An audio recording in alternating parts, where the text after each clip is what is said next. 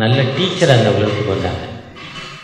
அதே மாதிரி உங்கள் வாழ்க்கையில் இந்த விசேஷித்தமான ஆசிரியை பணியை நீங்கள் தேர்ந்தெடுப்பதில் நான் உங்களை வாழ்த்துக்கிறேன். சோதம் குமாரா பட்டணம் உங்களுக்கு எல்லாத்துக்கும் தெரியும்னு நினைக்கிறேன். தெரியுமா? கப்பர்நகூம் தெரியும்னு நினைக்கிறேன். இதெல்லாம் சாபத்தினால் அழிந்த பட்டணங்கள். லோத்து சோதம் குமாரா பட்டணத்தில் இருக்கப்போ தான் அவருக்கு சாபம் வருது. அங்கே துன்மார்க்கர்கள். அந்த பட்டணத்தில் போய் ஒருத்தர் காஸ்பல் சொல்கிறார். இயேசு நல்லவர், இயேசு ரசிக்கிறார், இயேசு சுகம் அளிக்கிறார்னு சொல்கிறாரு. போர்த்தையாக சொல்கிறாரு, அட்டை வச்சு சொல்கிறாரு, அட்டையில் எழுதி சொல்கிறாரு. ஆனால் அந்த ஒரு மக்களும் அதை அந்த காதலே வாங்கிக்கல. ஒருத்தருமே அதை காதில் வாங்கிக்கல, ரிசீவ் பண்ணிக்கவே இல்லை. அவன் வேலையை பார்த்துட்டு இருக்கான். ஏதோ ஒரு கிரிக்கெட் சொல்கிறாங்க. கடைசியாக தெரு முனைகளில் நின்று மனம் திரும்புங்கள், பரலோகராஜ்யம் சமீபமாக இருக்கு, இப்பொழுதே கட்டடத்தில் திரும்பு, உனக்கு வேதனை வருது, ஆண்டவர்கிட்ட திரும்புன்னு சத்தமாக சொல்லிக்கிட்டே இருக்கான். டெய்லி காலை மாலை மதியம் ஒரு வயதான பெரியவரை சந்தித்து, நீ சொல்வதை யாருமே கேட்கலையே, நீ ஏன் இப்படி வீணாக சத்தம் போடுற என்று கேட்டாராம். அவன் சொன்னான், யாருமே கேட்கல என்பதுக்கு பல நாட்கள் எனக்கு தெரியும். இருந்தாலும் நான் ஏன் சொல்கிறேன்னா, நான் ஆண்டவருடைய சன்னிதானத்தில் கடந்து போகிறப்போ என்னுடைய கணக்கை நான் சரியாக சொல்லணும். எனக்கு ஆண்டவர் கொடுத்த வேலையை நான் என்ன பண்ணுறேன்? பவுலடிகள் சொல்கிறப்போ, பரலோகராஜ சுவிசேஷத்தை பிரசங்கிப்பது என்மேல் விழுந்த கடமை, அறிவிக்காவிட்டால் ஐயோ, சமயம் வாய்த்தாலும் வாய்க்காவிட்டாலும் திருவசனத்தை ஜாக்கிரதையாய் பிரசங்கம் பண்ணு. இயேசு சொல்கிறாங்க, போய் சொல்லுங்க, போங்க போங்க போங்க போய் சொல்லுங்கன்னு சொல்கிறார். இதோ ஓநாய்க்குள்ளே நான் உங்களை அனுப்புகிறேன். மத்தேயு 10:8 தான் 108. மத்தேயு 10:8 என்ன சொல்லுதுன்னா, இலவசமாய் பெற்றீர்கள், மரித்தோரை எழுப்புங்க, வியாதியை சரி பண்ணுங்க, குஷ்டரோகிகளை சரிபடுங்க, பிசாசுகளை துரத்துங்க, இதுதான் உங்களுடைய பணின்னு சொல்கிறார் மத்தேயு 10:8. இதை போய் நீங்கள் போய் செய்யுங்க, உங்களுக்கு நான் பிளெஸ்ஸிங் பண்ணுறேன், உங்களுக்கு ஒரு அனாயிட்டிங் பவர், ஒரு அபிஷேகத்தை தர்றேன், நீங்கள் போய் சொல்லுங்கன்னார். நீங்கள் போய் தேள்களை எடுப்பீங்க, சுவிசேஷத்தை அரைப்பீங்கன்னு சொன்னாங்க. ஒருவேளை அந்த சுவிசேஷ பணி அந்த மனிதர் அந்த கிராமத்தில் சொல்வதை யார் கேட்காட்டாலும் தன்னுடைய உன்னத வேலைன்னு செஞ்சார். செய்ததால் என்ன நடந்ததுன்னா, அந்த கேட்காத மக்களுக்கு சோதம் குமாரா பட்டணம் அக்னி விழுந்துச்சு, கந்தகம் விழுந்துச்சு, பொட்டாசியம் சல்ஃபேட் விழுந்தது. அது கடைசியாக இலங்கையில் தமிழர்களை அழிக்கிறப்போ பொட்டாசியம் சல்ஃபேட் தான் போட்டாங்களாம். மேலே பட்ட உடனே உப்பு மேலே வச்சோன்னா தண்ணி ஆயிரும். அதே மாதிரி பொட்டாசியம் சல்ஃபேட் மேலே வச்சோன்னா குப்பளம் வந்துடும், வெட்டிச்சு வெட்டிச்சு அப்படி போகும். அதைத்தான் அந்த மக்கள் மேலே ஆண்டவர் தூங்குறாரு. ஆண்டவர் அந்த தண்ணியில் போட்டதெல்லாம் அந்த சவக்கடல், அதை சவக்கடலில் உள்ளே போக மாட்டோம், மிதப்போம். ஆனால் ஒரு அரை மணி நேரம் இருந்தால் நம்ம தோல்லாம் தனித்தனியாக வந்துடும், அவ்வளோ பவர் ஆண்டவருடைய கோபம். அதே மாதிரி தான் குஜராத்தில் மிஷனுக்கு விரோதமாய் எழும்புறப்ப என்ன நடந்துச்சுன்னா, பெரிய பூகம்பம். குஜராத்தில் கோத்ரா ரயிலுக்கு அப்புறம் பெரிய பூகம்பம் வந்துச்சு. ஒரிசாவில் மிஷினரிகளை எரிச்சாங்க. செயின்ஸ் மிஷனரி 1999 ஒரிசாவில் எரிச்சதால் என்ன நடந்ததுன்னா, பெரிய வெள்ளம். ஆனால் மக்கள் வெள்ளத்தில் சவலை, குடிக்க தண்ணி இல்லாமல் செத்து போகிறான். வீட்டை சுற்றி தண்ணி, அவன் மரத்தில் உட்காந்துருக்கிறான். தண்ணி அவனால் எடுத்து இந்த தண்ணியை குடித்து அதில் பறவைகளும் கோழி ஆடு மாடு செத்து பாய்சன் ஆயிடுச்சு தண்ணி. சுனாமி, வேளாங்கண்ணியில் கூட்டமாக செத்து போகிறான். வேளாங்கண்ணிக்கு போனீங்கன்னா ஊருக்கு என்ட்ரன்ஸில் ஒரு கல்றை இருக்குது, ஒரு ஸ்கூபி வச்சுருப்பாங்க. மொத்தமாக பாடியை ஜேசிபியில் அழியாந்து போட்டாங்க. ஜேசிபியில் எப்படி அள்ளும்? மண் அள்ளும். அதே மாதிரி பாடியை மொத்தமாக அழியாந்து போட்டு மொத்தமாக ஒரு கல்றையை கட்டிட்டான். லட்சக்கணக்கான மக்கள். காரணம் அக்கிரமம், பிரச்சாரம். அந்த வேளாங்கண்ணியில் கடவுள் பேரை சொல்லி ஏமாற்றுறது, இதுதான் நடக்கும். இதான் சோதம். ஆனால் நாம் சுவிசேஷத்தை அறிவித்து எந்த மக்கள் சுவிசேஷத்தை ஏற்றுக்கொண்டாங்களோ அந்த மக்களுக்கு ஆண்டவர் விடுதலை கொடுக்கும். ஆண்டவர் இங்கிலாந்தில் ஏற்றுக்கொண்டான், அந்த நாடு உலகத்தில் வல்லரசாக மாறிச்சு.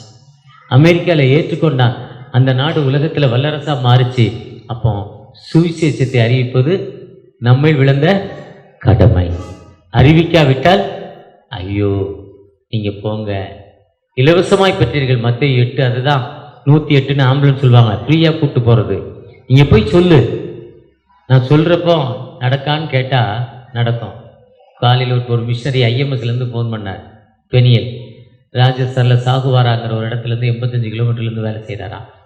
நான் ராஜஸ்தானில் சாகுவாராவுக்கு போயிருக்கேன், அந்த ஃபீல்டுக்கு. ஆனால் கிறிஸ்தவர்களே இல்லாத பகுதியில் அர்ப்பணிப்போடு அவருடைய ஜெபத்தினால எத்தனை அற்புதங்கள் நடக்குதுங்கிற சாதாரண ஆள். அவர் மோகன் சிலாசரஸோ, டிஜே தினகரனோ, பால் தினகரனோ, டாக்டர் ஜெய்சிங்கோ, சாம் சுந்தரமோ பெரிய ஊழியக்கார் இல்லை, சாதாரண மனிதர், ஒரு மிஷனரி தான். இன்னைக்கு நாங்கள் மிஷன் ஊழியத்துக்கு போகிற இடங்களில் அப்படிப்பட்ட அற்புதங்கள்லாம் நடைபெறுது. அப்போது நீங்கள் செய்வது ஒரு சுவிசேஷ பணி. இந்த சுவிசேஷ பணி என்பது அறிவிக்க வேண்டியது நம்முடைய கடமை. அதை நம்ம எப்படி அறிக்கைன்னா, அந்த சுவிசேஷ பணியை சொல்கிறப்போ இது ஒப்பற்ற அன்பு. அழகாக சொல்கிறாங்க, இது லவ், இது ஒப்பற்ற அன்புங்கிற. எப்படிப்பட்ட ஒப்பற்ற அன்புனா 1 யோவான் 4:19 சொல்றார், அவர் முந்தி நம்மிடத்தில் அன்பு கூர்ந்தபடியார். நம்மகிட்ட அன்பு கூர்ந்தாரா. அந்த அன்பு எப்படிப்பட்டதுன்னா, ஒரு பாஸ்டர் ரொம்ப நாளைக்கு முன்னால கரண்ட் இல்லாத காலங்களில் ஒரு மெசேஜ் கொடுத்தாராம். மாலை நேரத்தில் 7:30 மணிக்கு மேலே இருட்டாம். அந்த இருட்டில் ஜீசஸோட படத்தை வரைஞ்சி வச்சாராம். ஜீசஸோட படம் மீன்ஸ் அந்த சிலுவையில் அறையப்பட்ட சீன், தலையில் முற்கிடங்கள், கை காலில் ஆணிகள், விழாவில் குத்தப்பட்டது. இருட்டில் மெழுகுவத்தியை பொருத்தினாராம். அந்த முற்கிடத்தில் கொண்டு போய் அந்த மெழுகுவத்தியை வச்சாராம். பக்கத்தில் வச்சு பாருங்க, அப்படியே பார்த்துக்கிட்டே இருந்தாராம். அடுத்து விழா பக்கத்தில் ஈட்டியால் குத்தப்பட்டது. தோமா சொன்னார்ல, 2 வாரத்துக்கு முன்னால் வந்தது. நான் கையை போட்டு பார்த்தா என்ன பண்ண மாட்டேன், நம்ப மாட்டேன். ஓட்டை இருந்துச்சு, அந்த ஓட்டையில் காட்டினாராம். 2 கைகளில் அறையப்பட்ட ஆணியை காட்டினாராம், கால்களில் அறையப்பட்ட ஆணியை காட்டினாராம். அப்படி 5 காயங்களை காட்டிட்டு, அதுதான் மெசேஜ், வேற ஒன்றும் சொல்ல கீழே இறங்கிட்டார். எதற்குன்னா, நீங்களும் நானும் விடுதலை பெற்றுக்கொள்வதற்காக, தன் ஜீவனை கொடுப்பதற்காக இந்த உலகத்திற்கு இயேசு கிறிஸ்து உலகத்தில் வந்தார்.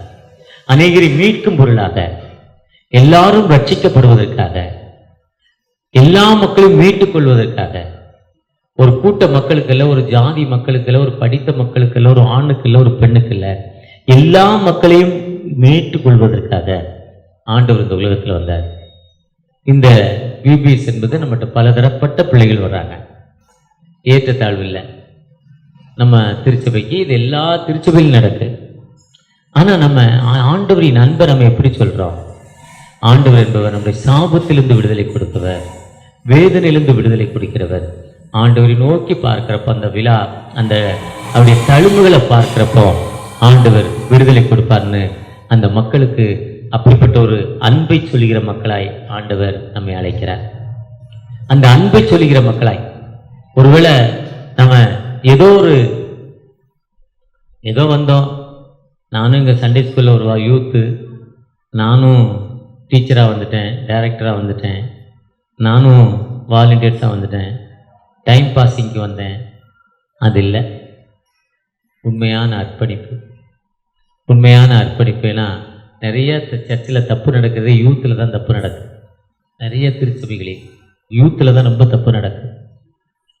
ஆனால் நாம் இயேசுவின் அன்பை, சுவிசேஷத்தை அறிவிக்க வந்த இயேசுவின் ஒப்பற்ற அன்பு எனக்காக, என்னுடைய பாவங்களுக்காக, என்னுடைய அக்கிரமங்களுக்காக.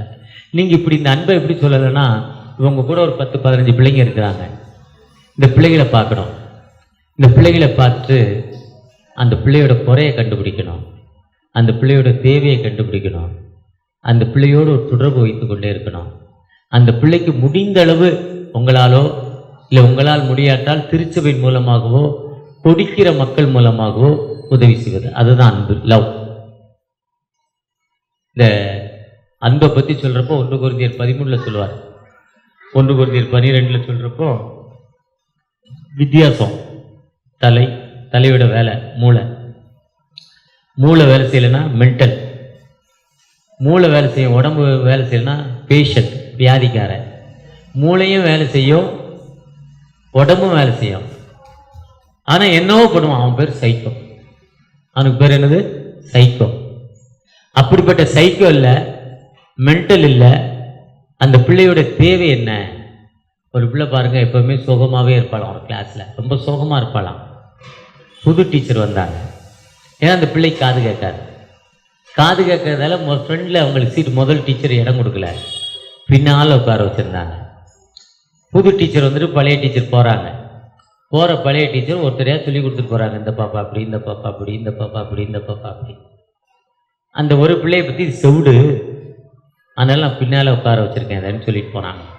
இது செவுடு, இதை பின்னால் உட்கார வச்சுருக்கேன். புதுசாக அந்த டீச்சர் செல்ஃப் இன்ட்ரடக்ஷன் சொன்னாங்களாம். செல்ஃப் இன்ட்ரடக்ஷன், சுய தன்னுடைய பெயர் அப்படி சொல்லிட்டு அந்த பிள்ளை செல்ஃப் இன்ட்ரடக்ஷன் அப்படின்னா எல்லாரும் காதில் தான் சொல்லணும். எழுந்து நின்று சொல்லுவல, என் பேர், ஊர் பேர், என் கிளாஸ் அப்படி சொல்லக்கூடாது. எல்லாம் காதில் தான், காதலே சொல்லிட்டு வரணுமா. அப்போ அந்த பிள்ளை, அந்த டெஃப் காது கேட்காத பிள்ளை வந்து டீச்சர் காதில் சொல்லுமுன்னு டீச்சர் சொன்னாங்களாம், எனக்கும் காது கேட்காது, கவலைப்படாத, உனக்கும் காது கேட்காது நாங்களாம். அந்த பிள்ளைக்கு பெருத்த சந்தோஷமா.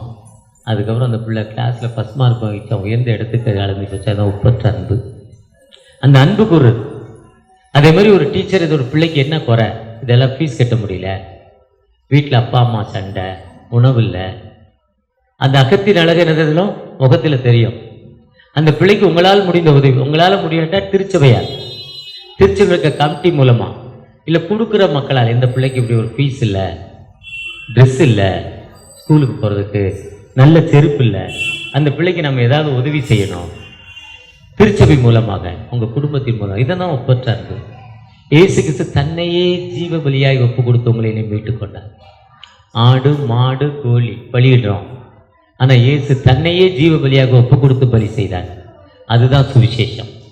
சுவிசேஷம் என்பது சும்மா ஒரு காஸ்பல் சொல்வதில்லை, நம்முடைய நடைமுறை வாழ்க்கையில் சுவிசேஷம். இப்போ கார்கில்லேருந்து ஒரு மினிஸ்ட்ரி போகிறாங்க. போகிறப்போ அவங்க சர்ச்சுக்காரே ஒருத்தர் உணவு கொடுக்குறாரு. இந்த வாரம் நல்ல ஜாங்கிரி சூப்பர் சம்சா கொடுத்தாங்க. இந்த வாரம் நான் போனேன். ஒவ்வொரு வாரம் ஒன்று கொடுக்குறாங்க. சம்சானா ரொம்ப தெரிஃபில் இருந்தது ஒரு தம்பி கொடுக்குறாரு ஃப்ரீயா. நானும் வாங்கி சாப்பிட்டேன். அந்த போறக்கு இவங்க என்ன சொல்கிறாங்கன்னா, 10 நிமிஷம் லேட்டான அந்த பிள்ளைங்க கேட்குதான், ஏன் லேட் ஆயிடுச்சுன்னு. அந்த பிள்ளைங்க கேட்குதான், 10 நிமிஷம் லேட்டானா ஏன் லேட் ஆச்சுன்னு கேட்குதான். காரணம் என்ன, ஒரு கிஃப்ட் கொடுக்குறோம். அந்த பிள்ளைகளுக்கு பாட்டு சொல்லி கொடுக்குறாங்க, வசனம் சொல்லி கொடுக்குறாங்க. 100 பிள்ளைகள் 150 பிள்ளைகள் அந்த இடத்துல ஒரே இடத்துல கூடுறாங்க. ஒரே இடத்துல ஒரு செட்டு போட்டு 6:30 மணிக்கு போகிறாங்க, 7:30 8 வரையும் இருக்காங்க, முடிச்சுட்டு வர்றாங்க. இதுதான் லவ். சுவிசேஷம் வெறும் இயேசு ரட்சிக்கிறார் தெருமனையில் சொல்லிட்டு போனால் ஒரு வயலும் கேட்க மாட்டான். நம்ம எப்படி செய்கிறோம், அதுதான் மிஷனரிகள் வந்து என்ன பண்ணாங்க. உணவில்லாத நமக்கு அந்த 1940க்கு அப்புறம் உணவு தட்டுப்பாடு, 70 வரையும் உணவு தட்டுப்பாடு. பால் பவுடர் கொடுப்பாங்க, கோதுமை கொடுப்பாங்க, அரிசி கொடுப்பாங்க, மெடிக்கல் கொடுப்பாங்க, மருந்து மாத்திரை கொடுப்பாங்க, தங்குறதுக்கு வீடு வாங்கி கொடுப்பாங்க. இதெல்லாம் செஞ்சு தான் காஸ்பல் சொன்னாங்க. இதுதான் இயேசுவின் ஒப்பற்ற அன்பு. ஒருவேளை நீங்கள் அந்த அளவுக்கு போகாட்டாலும் உங்கள்கிட்ட இருக்க 10-15 பிள்ளைகளுக்கு உங்களால் என்ன செய்ய முடியும். உனக்கு இருக்கிற இயேசுக்கு சொல்றார், மனம் திரும்புங்கள் பரலோக ராஜ்யம் சவிமாயிருக்குன்னு சொன்னா எல்லாம் மனம் திரும்பி ஞானஸ்தானம் அவங்க வந்தோடனே யோவான் சானட்டு வந்து ஞானஸ்தானம் அவங்க வர்றாங்க. எந்த இடத்துல இருக்கு? யோவான் சானட் வந்து ஞானஸ்தானம் அவங்க வருவாங்க. லூக்காலையா மத்தேயா? விரியன் பாம்பு குட்டிகளே, வரும் கோபத்துக்கு தப்பிக்கொள்ளுங்கள், உங்களுக்கு யார் வகை காட்டினவன். நாங்க மனம் திரும்புறதுக்கு என்ன செய்யணும்? 2 ட்ரெஸ் வச்சிருந்தா 2 ட்ரெஸ்ல நம்ம நல்ல ட்ரெஸ்ஸாக வாங்குகிறோம், சாமுத்திரிக்கா பட்டு வாங்குகிறோம். ஆனால் ஏழைக்கு வாங்குறதுக்கு எம்சி ரோட்டுக்கு போகிறோம். இதான் நடக்குது. நம்மளை மாதிரி பட்டுச்சேலை எடுத்து கொடுக்கறதில்ல, கொடுக்க மனசு வர்றதில்லை. 100 ரூபாய்க்கு 50 ரூபாய்க்கு சேலை எங்கே கிடைக்க தண்ணியில் போட்டு நின்னா உன் சேலை. அவர் என்ன சொல்கிறாரு, ஞானஸ்தானம் வாங்கணும்னா என்ன பண்ணணும்? 2 ட்ரெஸ் இருந்தா பாஸ்டர் பண்ண சொல்லுமா, 2 ட்ரெஸ் வச்சிருந்தா கொடுத்துருங்கிறார். அப்பதான் நீ மனம் திரும்புறதுக்கு அர்த்தம் ஞானஸ்தானம் வாங்க முடியுங்கிற. நம்மகிட்ட அதுதான் முந்தி அன்பு கூறுவது. ஜீசஸ் முந்தி அன்பு கூறுவது அதுதான். அடுத்து அந்த சுவிசேஷ பணி என்பது அன்பு கூறுவது. அதே சுவிசேஷ பணி என்பது ஒரு சிறந்த பாடகர், நல்ல வயலின் வச்சிருந்தாரு, ரொம்ப காஸ்ட்லி வயலின். அந்த வயலினை வச்சுட்டு அவர் ஒரு பஸ் ஸ்டாண்டில் வெயிட் பண்ணுறார். பஸ்ஸுக்கோ ட்ரெயினுக்கோ கிடைக்கல. அப்போ பக்கத்தில் கொஞ்சம் சுற்றி பார்க்குறா, லேட் ஆகுது. ஒரு மியூசிக் சென்டருக்கு போகிறாரு. அங்கே இருக்க வயலினை பார்க்குறாரு, வாங்குறதுக்கு கேட்குறாரு விலை. அப்போது இவர் வச்சுருந்து அந்த பொருளை பார்க்குறா. அந்த கடைக்காரரு ரொம்ப ஹைஃபை, ரொம்ப விலை அதிகம். அவர் வச்சிருக்காரு ரொம்ப நல்ல மாடல். அது ஒரு குறிப்பிட்ட டான்ஃபோர்டுங்கிற ஒரு குறிப்பிட்ட மியூசிக் கூட சொந்தமான இது. அவர் பாடினா 1,00,000 பேர் கூடுவாங்க ஒரு இடத்துல. அவர் வச்சிருக்கதை இவர் வச்சிருக்கிறார். இது யாருன்னு கேட்கிறார். அந்த வச்சிருக்க இன்ஸ்ட்ருமெண்ட் வச்சிருக்க 200 தான்ங்கிறார். அந்த கடைக்காரர் நினைக்கிறார் இது இவன் இல்லை, எங்கேயோ திருடிட்டு வந்தா, இது டான்ஃபோர்டு சொல்லி போலீஸ் ஸ்டேஷனுக்கு ஃபோன் பண்ணிட்டான். டான்ஃபோர்டுடைய வயலின் திருடி ஒருத்தர் என் கடைக்கு வந்திருக்கான், என் கடைக்கு திருடி வந்திருக்கான், அவனை கூப்பிட்டு போயிருக்காங்க. போலீஸ் அந்த இடத்துக்கு வந்துருச்சு. அவர் சொல்றார் நம்பலை. அவர் தன்னுடைய வயலின் சொல்றார் நம்பலை. அப்போ அவரை தன்னை அடையாளப்படுத்தி கொள்ள என்ன சொல்றாருன்னா, அவருடைய பிரதேயத்தை பற்ற பாடல், அவருடைய விசேஷித்த ஒரு பாடல் எடுத்து அந்த இடத்துல பாடுறார். விசேஷித்த பாடல் எடுத்து அந்த இடத்துல பாடுறப்ப மக்கள் கூட்டம் வந்து பெரிய கூட்டம் வந்துடுது. எல்லாரும் தான் டான்ஃபோர்டுங்கிறாங்க. இப்போ திருடன் சொன்னவன் யாரும் ஆயிட்டான், நல்லவன் ஆயிட்டான். இதுதான் சுவிசேஷ பணி. சுவிசேஷம் என்பது நம்ம இந்த இடத்துல ஒரு சாட்சியான வாழ்வு. அதுதான் வேதம். வேதம் என்ன சொல்லுதுன்னா, நம்ம இந்த இடத்துல ஒரு சாட்சி. அப்போஸ்தலர் 11:24 சொல்லுது, அவர்கள் நல்லவர்களும் பரிசுத்தாவின் வல்லையினால் நிறைந்தவர்களும் விசுவாசத்தில் நிறைந்திருந்தார்கள் அந்தியோவாவில். அந்தியோவாவில் முதல் கிறிஸ்தவர்கள் என்று பெயர். ஃபர்ஸ்ட் கிறிஸ்டின்ஸ் வந்தது அங்கதான், அந்தியோகியா தான். அப்போஸ்தலர் 11:24. He is a good people. Holy Spirit அவங்கள்ட்ட இருந்துச்சு, ஃபெய்த் இருந்துச்சு. அப்போ நம்ம கிறிஸ்தவ டீச்சராக இருக்கிற நாம், ஆண்டுடைய ஊழியராக இருக்கிற நாம் எப்படி இருக்கணும்? நல்லவங்களா இருக்கணும், சாட்சியுள்ள வாழ்வு வேணும். இதுதான் கிறிஸ்தவம். கிறிஸ்து அவர்கள்லாம் இந்த உலகத்திலே ரொம்ப நல்லவர் கிறிஸ்து தான்.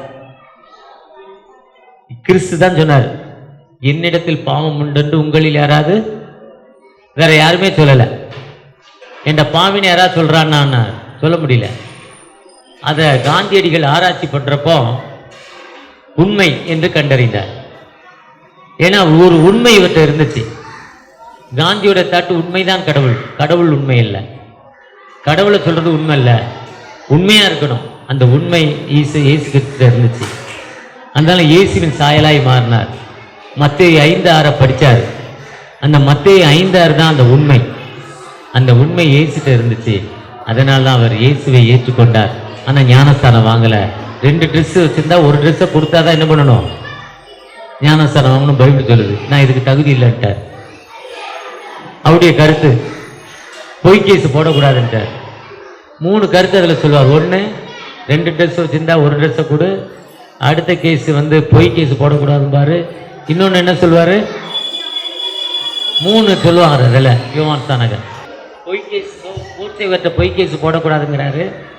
வரி தண்டிப்போன்ற பொய்யான வரி வாங்கக்கூடாது. வரி போட்டவங்கள்ட்ட பொய் வரி வாங்கக்கூடாது. அந்த 3 தான். ஆனால் காந்தியடிகள் நான் அதுக்கு ஏற்றவன் இல்லைன்ட்டார். ஒருவேளை ஆசிரியர் பணிக்கு வந்திருக்கிற நீங்கள் நானும் சுவிசேஷம் அழிந்து கொண்டிருக்க ஆத்துமாக்களை கிறிஸ்துவுக்குள் திருப்பணும். கிறிஸ்துவுக்குள் திருப்புறப்ப மட்டும் இல்லை, அந்த கிறிஸ்துவுக்குள் திருப்புறப்போ அந்த மக்கள் மத்தியில் நாம் அன்பு கொள்ள வேண்டும். அந்த மக்கள் மத்தியில் அன்பு கொள்வது மட்டுமல்ல, நாம் சாட்சியுள்ள ஒரு வாழ்வு வாழ வேண்டும் என்று இயேசு அழைக்கிறார். அப்படிப்பட்ட வாழ்வு என்ன? எவ்வளோ பிள்ளைங்க வர்றாங்க. இதில் எல்லா பிள்ளைகளும் வசதி இல்லை, ஆனால் கஷ்டமான பிள்ளைகள் நிறையா இருக்காங்க. வியாதியோடு கண்ணீரோடு வந்திருக்காங்க. இங்கே ஜோசப் ஐயான்னு ஒரு ஐயா இருந்தாங்க. ஜோசப் ஐயா அவங்க அம்மா சண்டே ஸ்கூல் நடத்துகிறாங்க MKB நெல்லையோ அவங்க மூல கடையில். அந்த அம்மா ஒரு நாள் என்னுடைய காரில் வர்றப்போ ஒரு சாட்சி சொன்னாங்க. ஒரு பிள்ளை, ஒரு மகள் வியாதினாராம் அப்பாவுக்கு.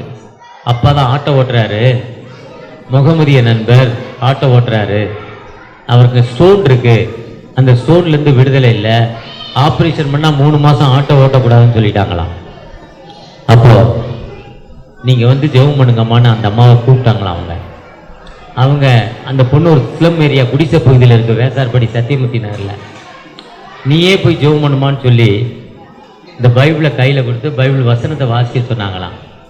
அப்போஸ்தலர் 4ஆம் அதிகாரத்தில் 22, 23 வரும். அந்த வசனத்தை வாசித்து உங்கள் அப்பா மேலே கை வையினாங்களாம். வாசிட்டு அந்த வசனத்தை கை வச்சு உங்கள் அப்பா மேலே கை வை ஜெபம் பண்ணுனாங்களாம். அந்த வசனத்தை வாசித்து கை வச்சு ஜெபம் பண்ணிச்சான். அடுத்த நாள் ஆப்ரேஷன் ஸ்டான்லி ஹாஸ்பிட்டலில் ஃபிக்ஸ் பண்ணியிருந்தாங்களாம். ஃபிக்ஸ் பண்ணுறப்போ அந்த ஆப்ரேஷனுக்கு முன்னால் அந்த ஸ்கேன் பார்க்குறப்ப அந்த ஸ்டோனே அந்த இடத்துல இல்லையா. முதல் நாள் ஸ்டோன் இருந்தது, 12 mm பெருசு இருந்தது. அடுத்த நாள் என்ன ஆச்சுன்னே தெரியாதான். இந்த மகள் இந்த வசனத்தை கை வச்சு ஜெபம் பண்ணிச்சு. ஒரு சண்டே ஸ்கூல் டீச்சர் ஜெபம் பண்ணல, அந்த பிள்ளை ஜெபம் பண்ணிச்சு, சொல்லி கொடுத்தாங்க. இதுதான் மிரக்கல், இதுதான் அற்புதம். ஒருவேளை நீங்களும் நானும் இந்த சண்டே ஸ்கூல் பணிக்கு வருமுன்ன எத்தனை நாள் நீங்கள் ஜெபம் பண்ணியிருக்கீங்கன்னு தெரியல. எவ்வளோ நேரம் இதுக்காக நேற்று ஜெபம் பண்ணீங்க, இன்னைக்கு காலையில் ஜெபம் பண்ணீங்கன்னு தெரியல. போய் நாளைக்கு இது எவ்வளோ நேரம் ஜெபம் பண்ண தெரியுங்கன்னு தெரியல. உங்கள்கிட்ட வர்ற பிள்ளைகளை பெயர்களை எழுதி நீங்கள் எவ்வளோ தூரம் ஜெபம் பண்ண போகிறீங்களோ. ஜெபம் பண்ணுறப்போ ஒரு 10 பிள்ளைங்க வந்தால் கண்டிப்பாக 8 பிள்ளைகள் இயேசுவை ஏற்றுக்கொண்ட பிள்ளைகளாய் மாறிடுவாங்க. அப்படிப்பட்ட ஆண்டவர் நம்மோடு இருக்கிறார். ஒரு விசை ஜெபம் தானே, கண்களை மூடி ஆண்டவரை நோக்கி பார்ப்போமா. எங்கள் அன்பின் தகப்பனே, மீண்டுமாய் உடைய பாதத்தில் வருகிறோம் தகப்பனே. உங்களுடைய கிருபைக்காக வருகிறோம். சிஎஸ்ஐ கிறிஸ்தவர் ஆலயத்தில் நடக்கிற விபிஎஸ்ல உடைய பிரச்சனை இருக்கட்டும் தகப்பனே. வருடம் நடத்துகிறோம் தகப்பனே. இந்த வருஷத்துல கூட விசேஷித்த விதமாய் காஸ்பல் அறிவிக்கிற பிள்ளைகளாய் மட்டுமல்ல, அந்த பிள்ளைகளுக்கு எங்களால் இந்த உதவி செய்கிற பிள்ளைகளாய் மட்டுமல்ல, நாங்கள் அதற்கு சாட்சியுள்ள பிள்ளைகளாயும் வாழ எங்களுக்கு திரும்ப செய்யுங்கப்பா. ஆசிரியர் பணி, உன்னத பணி, ஆசிரியர் பணி செய்ய அந்த பிள்ளைகளை ஆசிர்வதிங்க. இந்த பிரச்சனை இந்த பிள்ளைகளோடு இருக்கட்டும். வருகின்ற அந்த பிள்ளைகளை ஆசிர்வதிங்க. வருகிற பிள்ளைகளை கொண்டு வாங்க. இந்த கோயில் நாங்கள் சாட்சியாய் வாழ திரும்ப செய்ய இயேசுவின் ஜெபம் கேளும் அன்பின் தகப்பனே.